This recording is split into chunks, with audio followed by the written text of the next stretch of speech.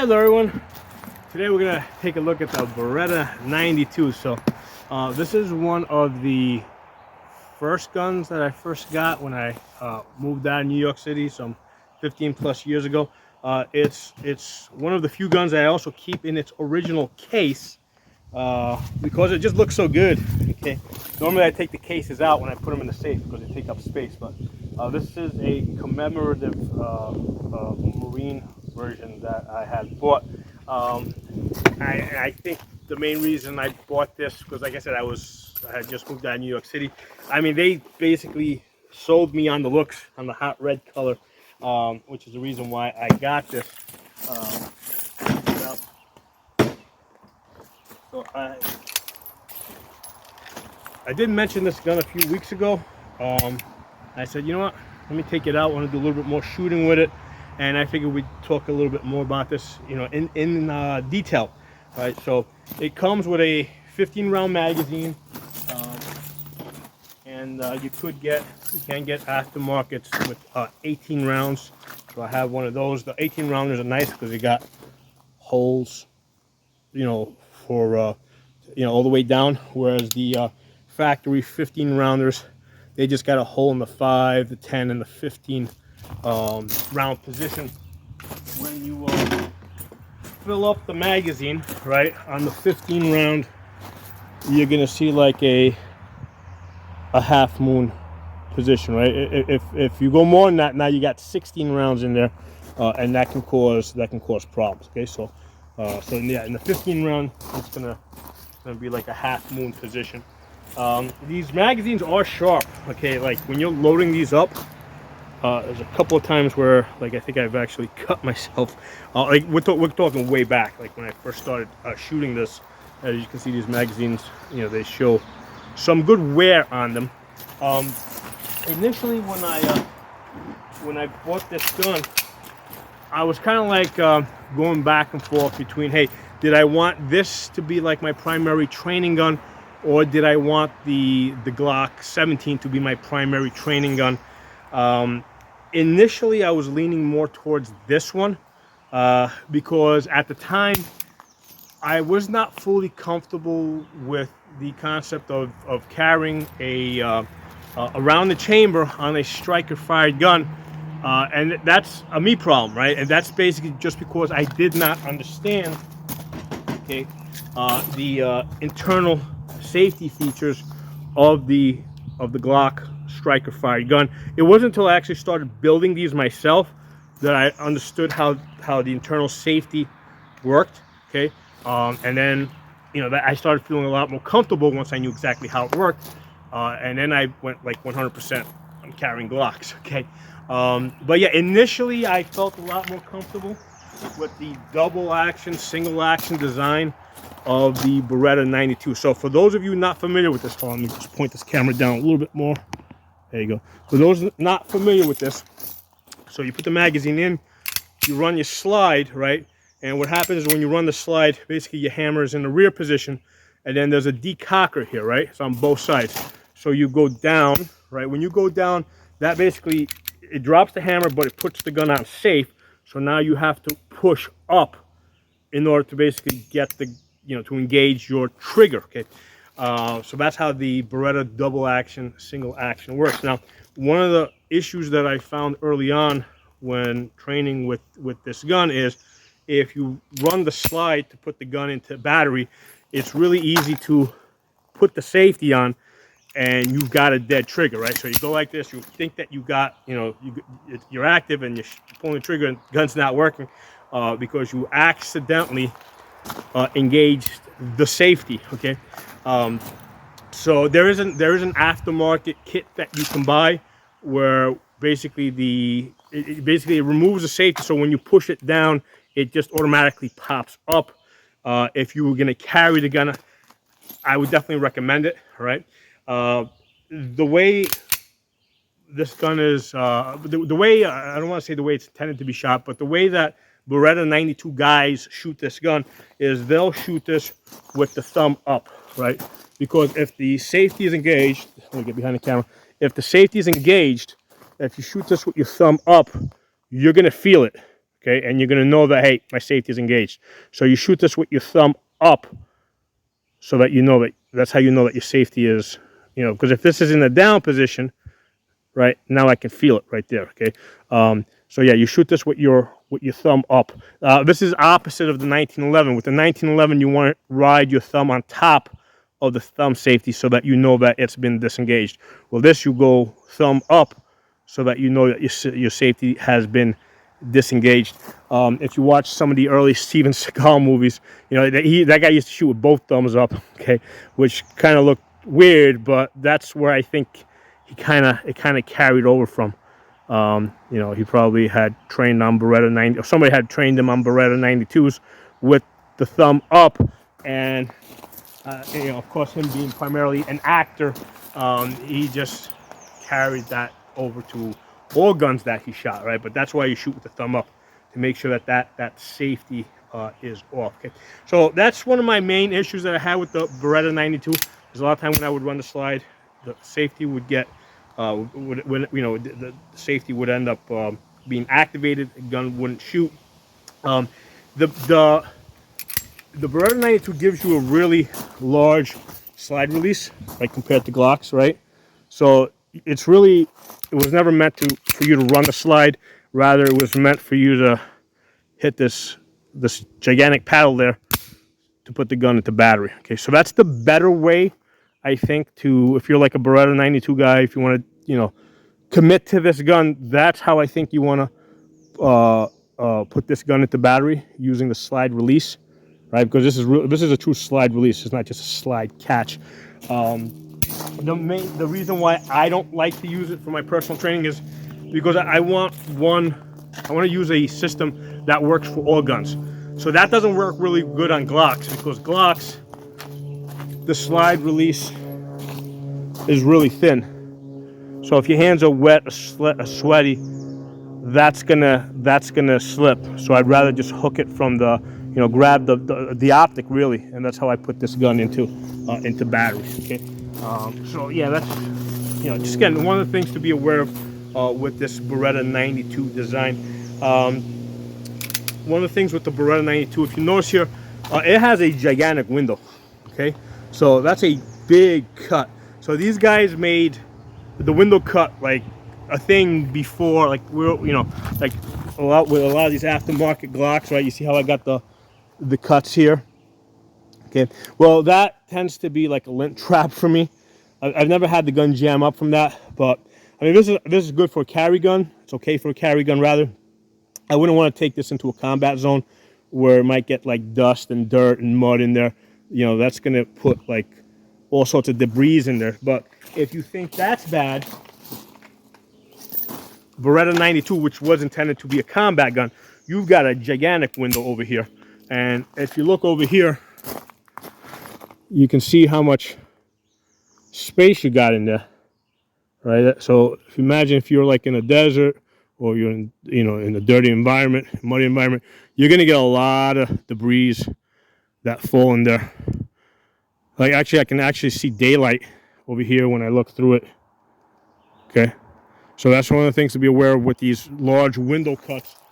And I think one of the issues that you know, one of the reasons why in combat scenarios the Beretta 92 ended up giving some people problems. Okay. Now, one of the things that, you know, while I was doing this, if you notice that it's really nice over here for pinching this back, if you want to look at it. That's really convenient. I do like this cut that they have over here. Okay, so that is nice. But one of the things that's also really important to know, one of the things that makes the Beretta 92 stand out is that it is not a tilt barrel design, right? So with Glocks, basically the barrel, when you lock the gun open, right, the barrel drops, right, and then it comes up to lock. Okay, with the Beretta 92, it doesn't do that. Okay, it doesn't have a tilt barrel locking system. It's not a fixed barrel, right? It does move a little bit, but it has a locking block. So if you look over here, you see those two hooks that basically come up. You know, see how they drop and then come up. So those two hooks come up, and they provide extra resistance to slow down the action, to make sure that the bullet leaves the barrel before the breech opens. Okay, so the basic idea is that you got these two hooks that come up here, back of the barrel, and basically when the gun fires, it pushes on those hooks to cause that extra resistance to basically slow down the timing. Okay. Now, I mean, this gun here, I think maybe has about 2,000 rounds on it. The reason is because I quickly went over to using a Glock. I'll explain why in a little bit. But one of the issues was that locking block. I believe it's rated. The locking block, I believe, is factory rated for 5,000 rounds. A lot of people say, "Hey, you'll get 10,000, you get 20,000 rounds out of it."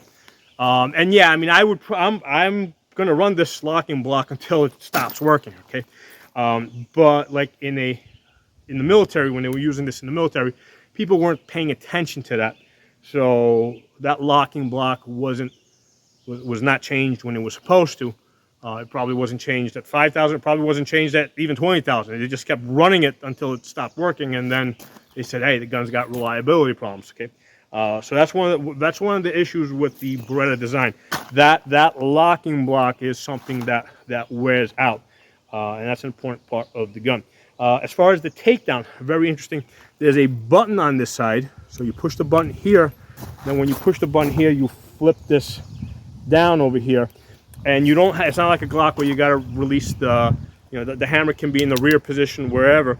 If you push here and then push down with your thumb here, that comes off. And if you guys ever saw the first Lethal, I think it was the first Lethal Weapon movie, one of the Lethal Weapon movies, where Mel Gibson is fighting some Kung Fu guy, or he's pointing his gun at some karate guy or Kung Fu guy, wherever he was, and he disables the gun. He had a Beretta 92. He disables the gun by reaching up, putting his finger here, and flipping that down with the thumb, and he took the slide off.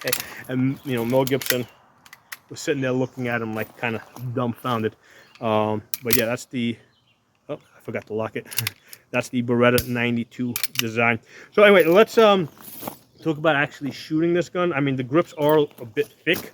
I mean, not if you're used to shooting like Glock 17, it's not going to be that different, but they are quite thick. It's a double stack gun. Let's talk about the double action, single action. And like I said, initially, when I first got into guns, and I got into guns late in life, I was already like in my mid-30s. Initially, I felt a lot more comfortable with carrying a gun that I could carry with the hammer down, and basically after, I could fire it with the hammer down, and then after the first shot, the hammer would basically, set back, and now I have a light trigger pull. So I kind of liked that idea initially. In practice, what happens is that you kind of forget that the first shot's going to be a long, hard pull, right? Let's do it this way. Forget that first shot is a long, hard pull, and then after the first shot, you got a really short pull, and in practice, it surprises you. Where a lot of times you come out of holster, right? You come out of holster and you squeeze it, and like, oh shit, well, it's not working. Oh shit, I got to squeeze this back all the way. So that's happened a bunch of times. And then what happens is after you fire that first shot where you squeeze it back all the way, and then the hammer sets back, right? It's cocked now. Then when you go to shoot the second shot, now because you're used to that first shot that's hard, now you jerk the gun, or you fire the gun before you actually intend to fire it as you're lining up your sights, because of that back and forth from the hard pull to the soft pull. Okay, so that's one of the things that I found in practice. Now yes, can you train it out? Yes, with lots of training, you can get comfortable with it. But it's also really easy to forget. Now, keep in mind, when I started training with this Beretta 92, I could shoot almost every day. And still, I could train with this gun for, like 5 days straight, put it down for a week, right? Maybe shoot some other guns, right? And then come back to it, and I kind of forgot. Okay, so that's something that's going to happen. That, especially if you're shooting other guns, when you come back to this, you're going to kind of forget. So that's one of the issues I ran into it with that double action, single action, and then coupled with when I would run the slide, I would accidentally put the safety on. I said, this is not a great option. And by the way, this gun is big and heavy for everyday carry, right? It's a full-size frame. One of the guns that I experimented with was the Beretta Thunder, okay, which is a 380 version, right? 380 version, you know, version of this gun with the double action, single action. It functions almost exactly the same, except it was extremely unreliable. A couple of hundred rounds in, and the trigger bar, or basically, the trigger would like permanently like it would, you know, I would have a dead trigger. Sent it in, they sent it back. It worked for maybe a few hundred rounds, and then it broke again. So I had a problem with the trigger mechanism and how it was working, and I said, okay, this Beretta Thunder sucks. Got rid of that. Never had the problem with the Beretta 90, with the Beretta 92, or the M9 as the military calls it. Never had that problem. I guess that when you upsize, when you make the parts bigger, they tend to be more reliable. So this has been a very reliable gun for me. Like I said, I'm only into it for maybe about 3,000 rounds, even though it's one of my earliest guns. The reason why I moved away from it is because I found in practice, because of that long hard pull, aside from having accuracy issues, because first shot was a long hard pull and then adjusting to the short pull. So what would happen is, first shot, I'm like, you know, a lot of times I would forget how hard I gotta pull it, and then when I would go to shoot the second shot, I'm like rolling the gun forward.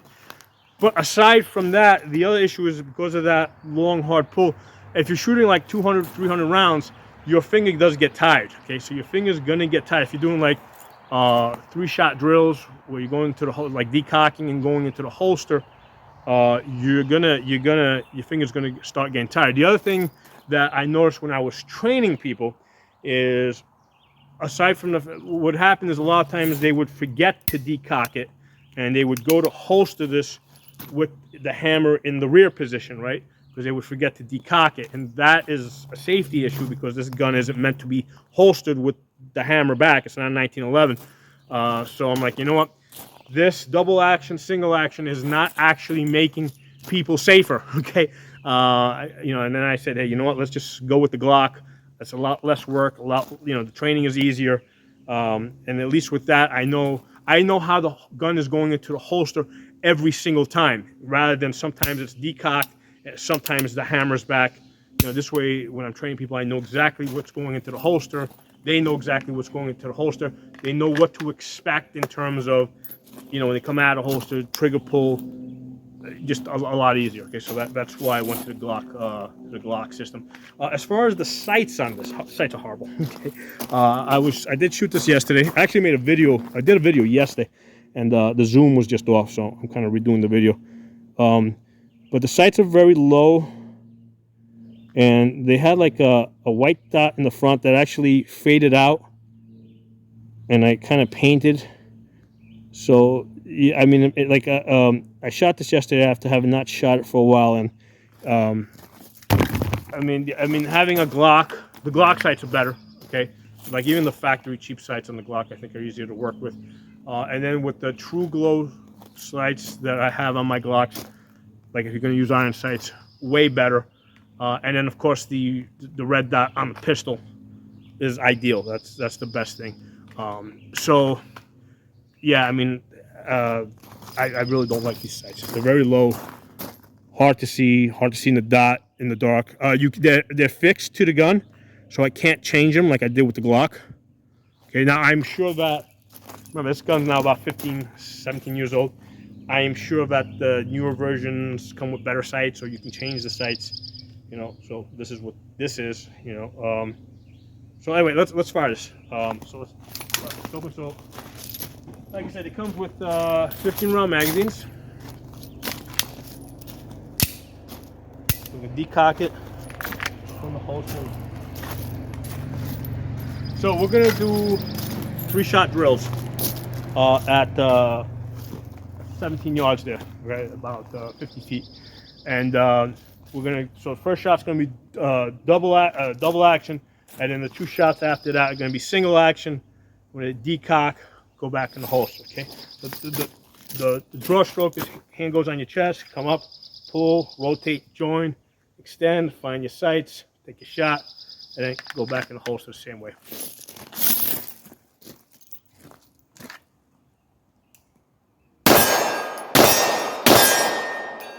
Detox, back in the holster.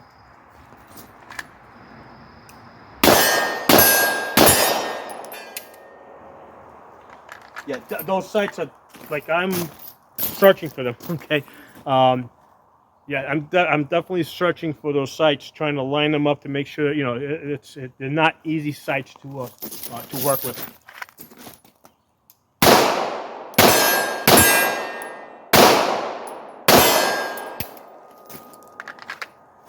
Okay. Let's go to 30 yards. Let's see how this camera. Let's see where I gotta stand. I'll stand over here. Alright, so we're gonna shoot 30 yards over there.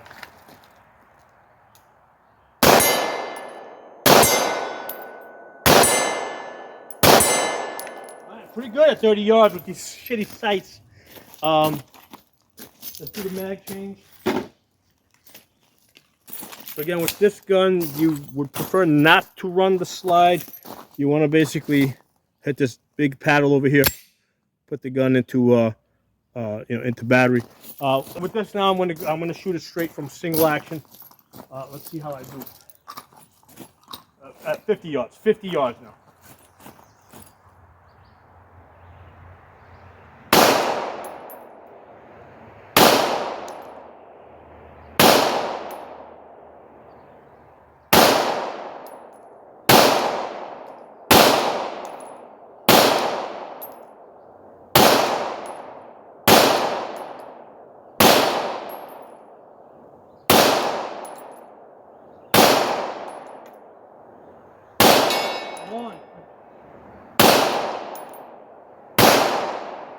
One out of 15 at 50 yards. Yesterday I was getting 2 out of 15, so let's shoot the Glock 43, right? So we got a shorter barrel, but we got a red dot on this. Only 7 rounds. Again, 50 yards.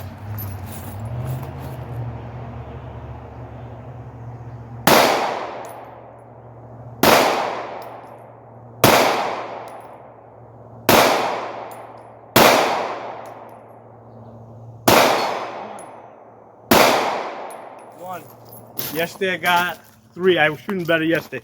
Yes, but anyway, I got 1 with this, 1 with that, and obviously there's a smaller gun. So yeah, I mean, I would 100%. I'd rather be shooting a red dot on a smaller gun than iron sights, even on a bigger gun.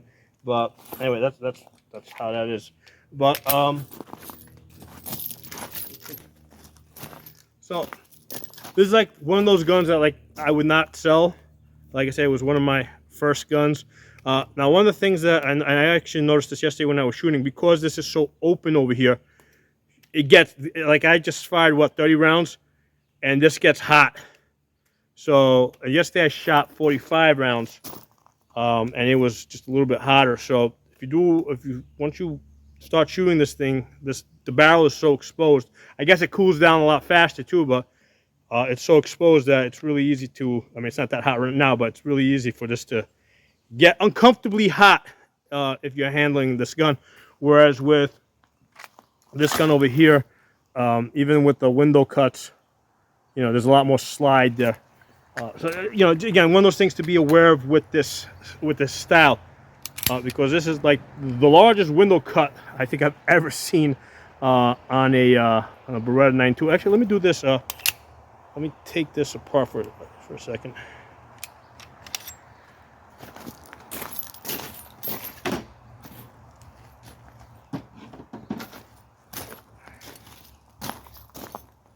Oops. Oh, so by the way, this is this came with a plastic guide rod.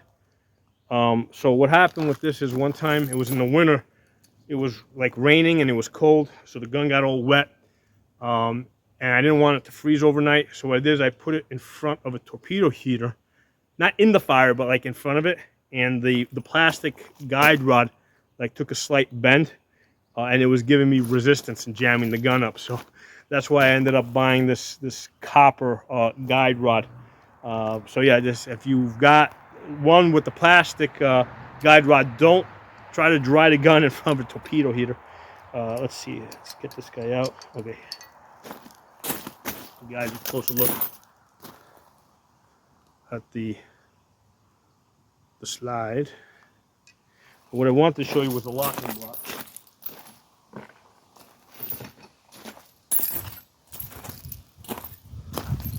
So that's the barrel, and that's the locking block over there, and that's the two hooks over here that come up and create that resistance.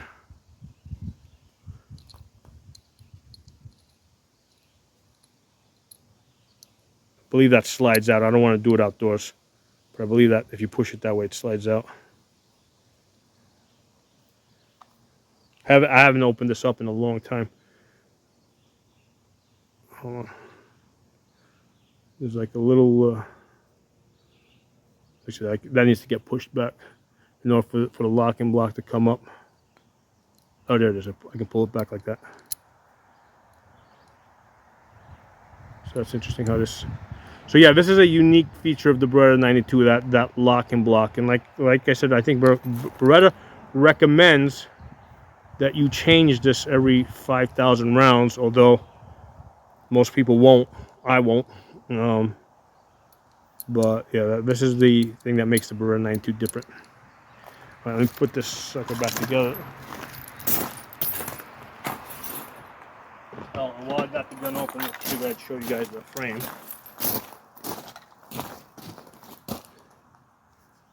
There's the frame.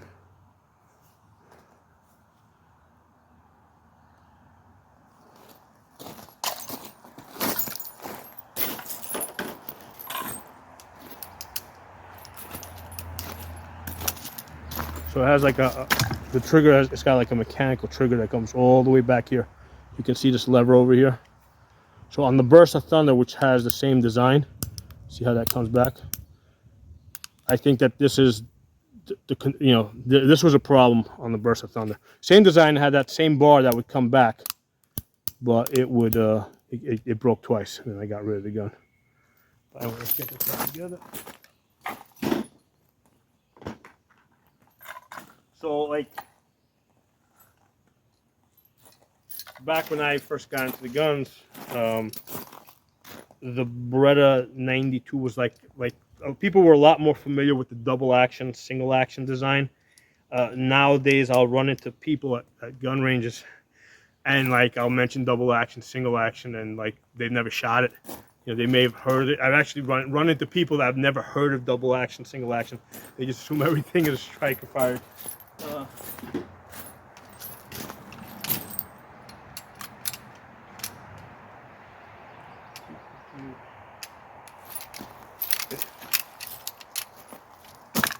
we go. All right, so put it together, flip that up. So I believe this predates the Glock by a few years. Quite a few years, I believe. So the takedown on this, like compared to like 1911s, was like a godsend. Like how easy you could take this apart.